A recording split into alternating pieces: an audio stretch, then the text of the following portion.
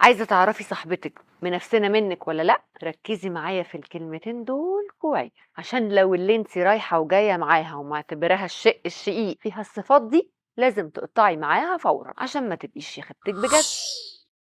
اللي بتنفسن عليكي وبتغير منك بتبقى باينه قوي في تصرفاتها معاكي، بس انت عشان بتحبيها يا حبه عيني مش واخده بالك. يعني مثلا لو جيتي قلت لها انا عندي خبر ليكي حلو، انا اترقيت، انا جالي عريس، انا جالي سفريه بره مصر، هتلاقي رد فعلها بارد وسخيف ومفيش اي فرحه ظهرت على وشها عشان هي ما بتحبش الخير ليكي اصلا، وهتلاقيها عايزه تحبطك وتطلع القطط الفاطسه في الخبر اللي انت جايباه. هتقولي لها انا نجحت بتقدير جيد، هتقولك ده الدفعه كلها جايبه امتياز. هتقولي لها ده انا جاي لي عريس من الكويت، هتقولك ما هو اتقدم قبل كده لصاحبتي وكرفته. هتقولي لها انا اترقيت في الشغل، هتقولك ده هيمرمطوكي ومن غير فلوس. انما لو هي بتحبك هتلاقيها نطت من مكانها وحضنتك وباركتلك، مش بعيد تقعد تزغرط وتتنطط من فرحتها، غير كده يبقى بخ. خدي بالك المنافسنه قلوده قوي، كل ما هتجيبي حاجه هتلاقيها عايزه تجيب زيك، وان شاء الله يا رب حتى تشتري شرابات هتلاقيها راحت لنفس المكان واشترت نفس الالوان، وحتى لو مش هتلبسه بس برضه هتشتريه، لان المنافسنه طول الوقت حاسه وعندها عقده نقص ومش عايزه تحس ان حد في الدنيا دي احسن منها، وطول الوقت عايزه تثبت لنفسها وللناس ان هي تقدر تشتري اي حاجه وتعمل اي حاجه وتبقى احسن من كل الناس. المهم تبان قدامك انت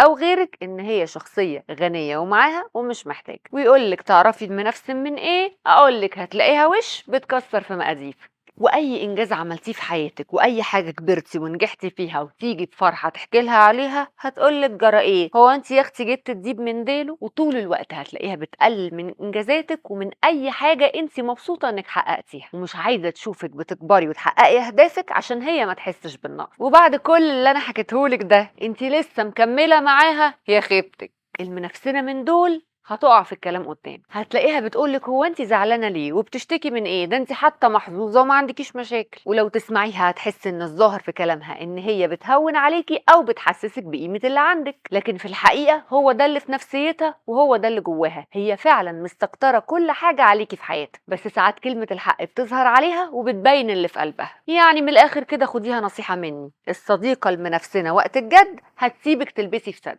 يعني جربي في مره تقعي في مشكله هتلاقيها اول واحده تتحجج وتقولك معلش انا عندي ظروف انا مش هقدر اقف جنبك المره دي. انما جربي بقى قولي لها تعالي نخرج ولا نتفسح ولا ندخل سينما، هتلاقيها ايه فريره قطر قشاش ما بيهداش. وكل ده عشان هي منافسنا منك، وفي الاساس لا هي صاحبه جدعه ولا اصلا يعتمد عليها. وعلى راي المثل يا حبيبتي في الهم مدعيه وفي الفرح منسيه. وانتوا بقى قولولي بتعرفوا المنافسنا ازاي؟ وانا بسنت النبراوي، تابعيني في خيبتك عشان نشوف خيبتي وخيبتك.